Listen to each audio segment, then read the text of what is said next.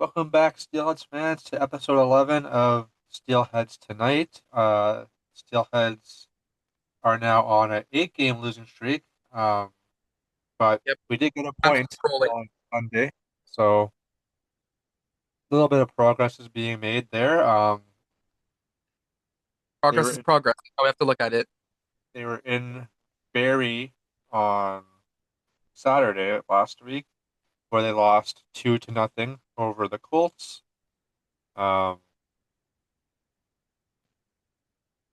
Yeah, 2-0 over the Colts. Both Colts goals scored in the first period. Um, so again, one period that wasn't great. Then the other two they kept They played the the solid game. They just couldn't get a goal. That was the thing that sucked, obviously. But the way you look at it is like if I'm pretty sure it was Bowen in net that night, if I'm not mistaken. So if he could have like shut it down, it would have gotten a point. But at the same time, we can't always blame Bowen, even though sometimes the goals are like, okay, you should have made that save, but every so often it's like, okay, the defense is at fault because they kind of left him out to dry. yeah. So yeah, Barry was a close game, 2-0. You can't really do much about that. I mean, goal scoring. Goal scoring, yeah. Don't have Overall, much the of game that was good anymore. because Bowen did still stand on his head for the second and third period. It's just the offense couldn't get anything going that night.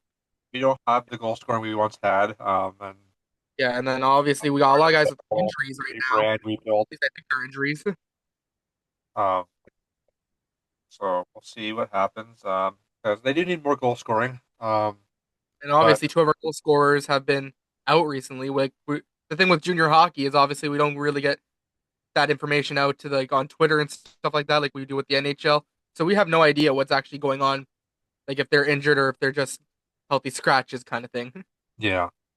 But yeah, like we lost our goal scoring in the trade deadline, so there's no way of adding goal scoring now. So you just gotta hope for the team that you have now to start scoring some goals. Because Yeah, with some of the guys we have, like they're very capable. It's just finding that rhythm again because I feel like some of the guys are hurting. Like guys like Witkowski, like who knows when he hopefully he's in the lineup tonight because he's been out the last couple games. I'm pretty sure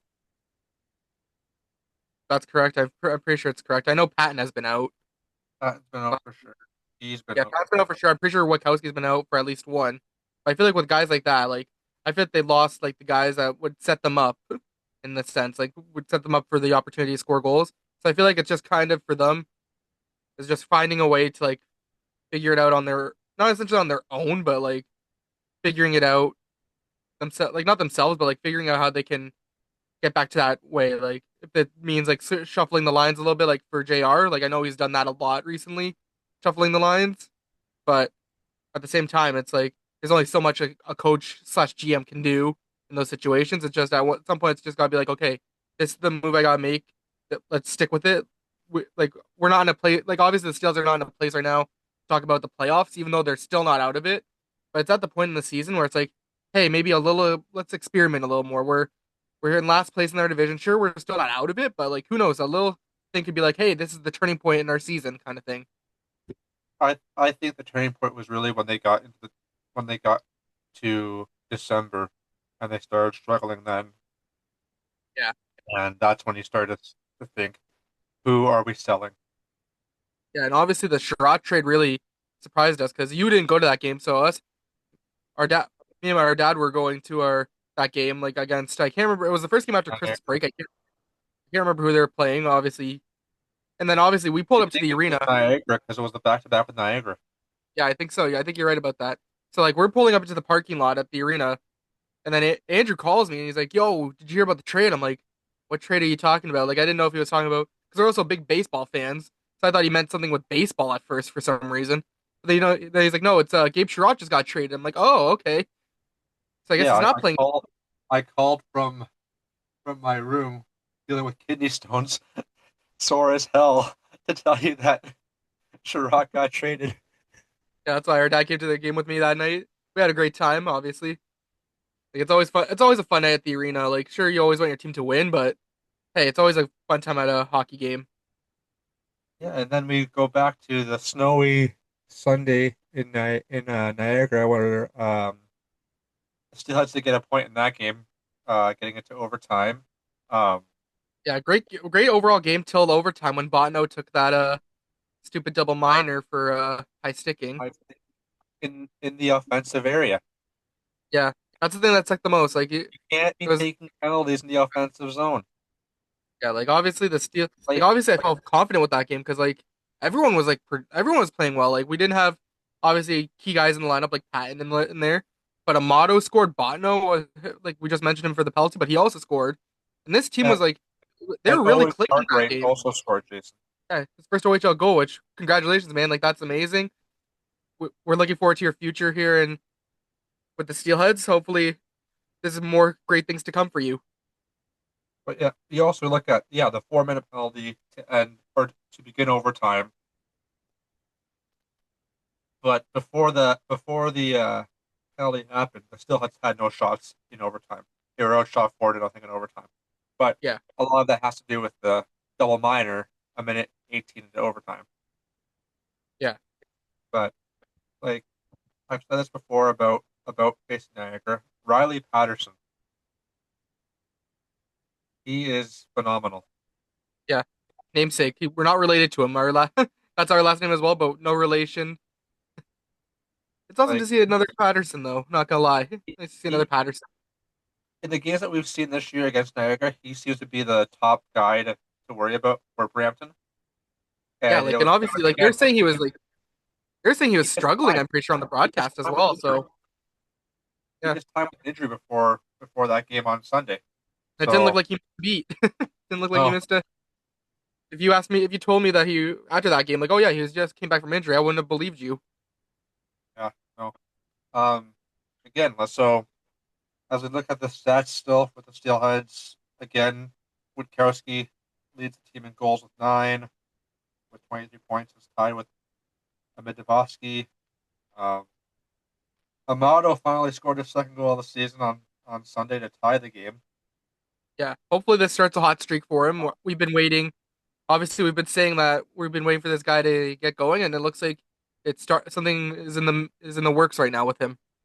Arno scored, like we said. Owen Cartwright scored. So we're starting to see a little bit more goal scoring from the depth players, but again, we still need more. Um, Yeah, you need the top guys that you have now to start performing some more, and you need the bottom guys still to keep up what they're doing. Um, because you're not mathematically out of it until you are. So you still have time to turn yeah, it around. exactly. Yeah, But an easy 3 wins in a row could easily have you right back in the hunt for the playoffs. Like, is it yeah, likely? Probably not, but you never know in hockey. Like, especially in the OHL. I'm pretty sure this is all the CHL as well, where only 4 teams in each league essentially don't make the playoffs. yeah. Well, now we look at the OHL East Division. Um, Oshawa is in last. They're pretty much out of it. Kingston is in fourth with 46 points. Peterborough has 51.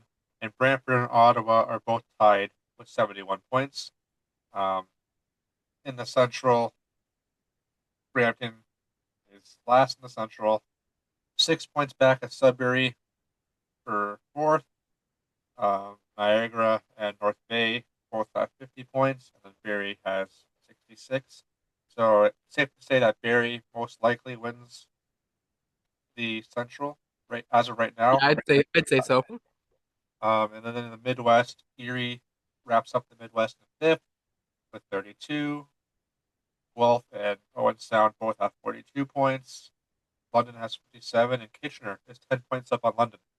So Yeah, that should be a nice little race to end the season to see if Kitchener can hold on to that first in the Midwest. Uh, and I think in the West, Jason, I think that's where you're gonna have the oh yeah, that's biggest. definitely that's where it's gonna come down to the last couple games of who wins that Uh, division. like I'm not looking at Sarnia, Saginaw. I'm looking at the top three teams: Windsor, Flint, and Sault Ste. Marie, all within eight Yeah, all points. within 8 points of each other. Yeah, obviously right now Windsor's in first, and then Flint's 2 points behind, Uh, and then the Sioux is it's 6 points behind second, and then 8 points behind first. So yeah, it's anything's gonna be possible. Yeah, it's going to be a nice, fun race to watch towards the end of the season for that one for sure. So Um, definitely. but you were mentioning, let's go back to the Steelheads topic here. You were mentioning 3 wins. They can pull 3 wins Yeah. together right now. That brings us to the next topic.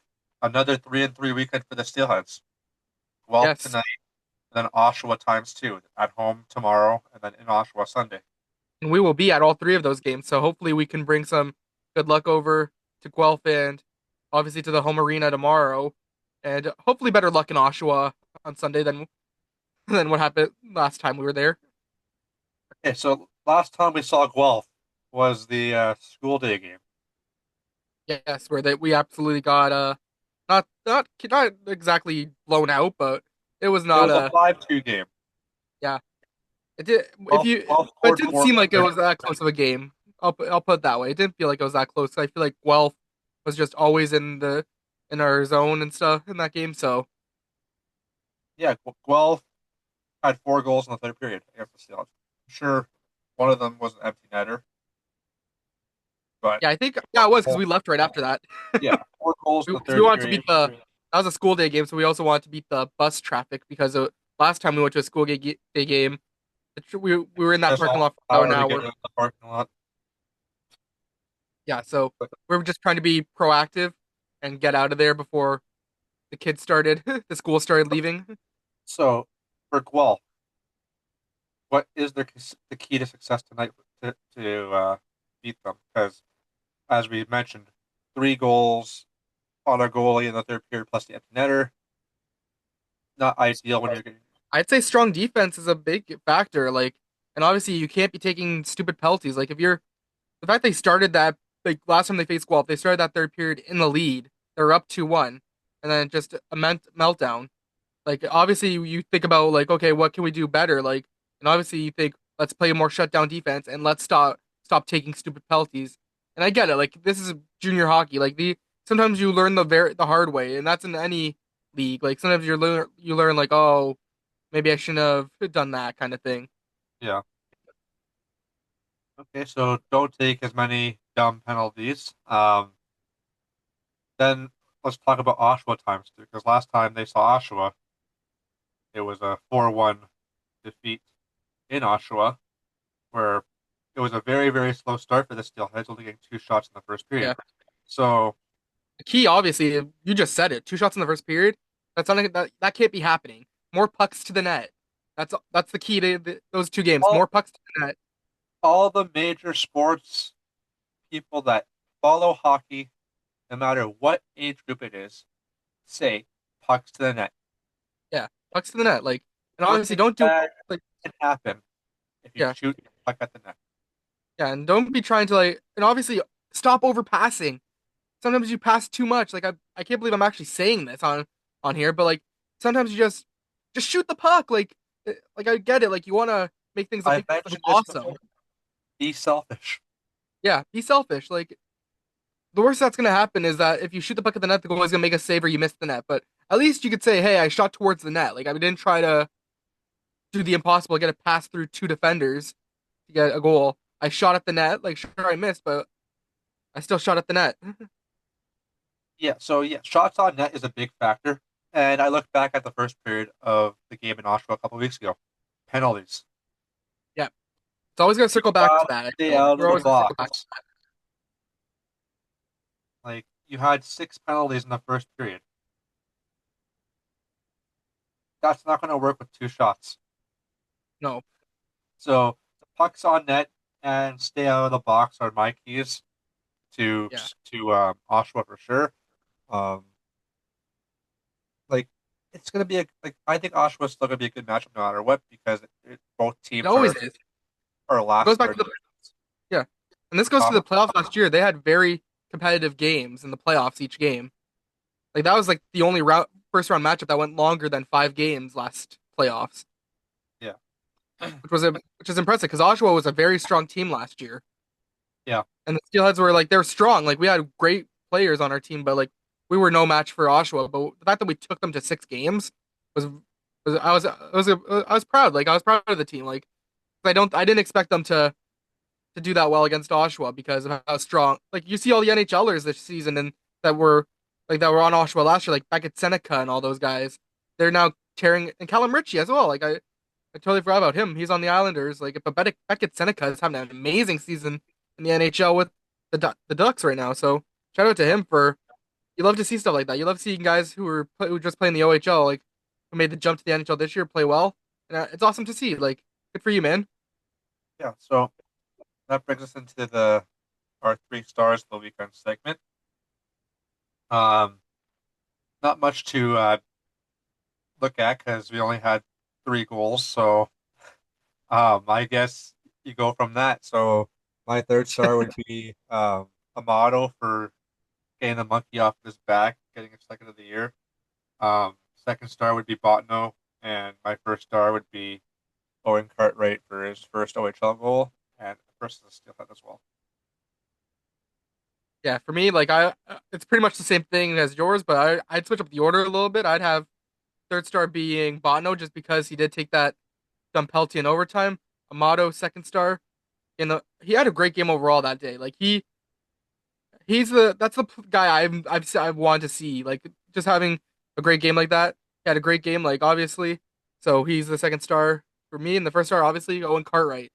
Like that guy, I think we've been waiting for him to like not like he's been playing well all season. Like I didn't even know it was his first career goal till it happened. Like I thought he scored like last season, but he didn't. Like he's just been such a strong player this year. Like and I think he's really stepped up recently with guys like Fibbeger and Von Richter leaving in trades. Like I feel like it was like almost like JR saying it's like okay, like these guys are traded away. You're my top guy now. Yeah. Well, for today's episode, our Steelheads alumni is a goaltender, Alicio Biglieri. Yep, Um, one season with the Steelheads back in 22-23. And obviously, played, you can't. Thing I think about when I first hear that guy's name is that awesome glove save he made. I can't remember who it was against, but like he got knocked off balanced, and then he reached out his glove and made the save somehow. And we were at that game, like, and we're like, oh my god, what a save! yeah, your memory is better than mine when it comes to that. But yeah, 38 games with the Steelheads in 22-23. Um, had one shutout and a grand record of 19, 15, and 3. And he came in relief in one playoff game as well with the Steelheads as well. Um, but he spent most of his time in the Swiss leagues um, Yeah, before coming to the O for one season and then going back to Switzerland after that again because as of right now, that's where he is now. So yeah, so he so yeah, he's well, oh yeah, go ahead. he spent most of his career in Switzerland. Well, he's from there, so that's Yeah, understandable. But in the one season that he had with the Steelheads, it was nice to see because he didn't perform too bad in a semi backup role with the Steelheads. yeah, and I will say he had like one of the coolest details on his mask. Like on the back of his mask, he had like a Italy flag and a Switzerland flag because he's also Italian. And Yeah. I'm like, oh, that's a very cool detail to have to represent both to say like, hey, I'm from these two countries. I'm like that's a very cool detail that probably people didn't really notice because it was on the back of his Yeah, mask. because you look at it this way: all the main art that the goalies want you to see is on their mask in the front. Yeah, The only time you see that that fans or other people will see what's on the back of their mask is if they're busting in behind the net, which we you like used to do. to do back in Paramount. Yeah. So yeah, like little things like that, little biscuits where you can sit behind the goalie and see the back of their mask and what they want to design back there is kind of cool too. Yeah, it was a cool detail because like obviously that's like you're representing where you're from, and I'm all about that. Yeah. So we'll see what happens this weekend. We'll hopefully break the losing streak at 8. Fingers Here's hoping. crossed. I got fingers crossed. Yeah, fingers crossed. Um, but Goals, goals, goals. That's what we want. We want goals. stay tuned. We are working on some social media stuff. Um, to be determined when it comes out, but we are working on some things. Um, and we will have an announcement, a special announcement regarding World Juniors in the future as well. Yep. Um, I think but it's a big one. Probably one of our biggest announcements on the podcast so far. but until we want to release that, it'll be a little while because I just want to make sure that Obviously, the everything. World Juniors just ended earlier this month. Yeah, I want to make sure we have everything finalized for Yeah. for the Steelheads for a little bit. Maybe in a month or so, we'll release what we wanted to release for World Juniors. But until then, we'll continue with So then, Steelheads. We'll be back again next week to recap the 3-3 and set up next week's games. Thanks everybody for tuning in, and have a good weekend. And we will see you next time. with Steelheads.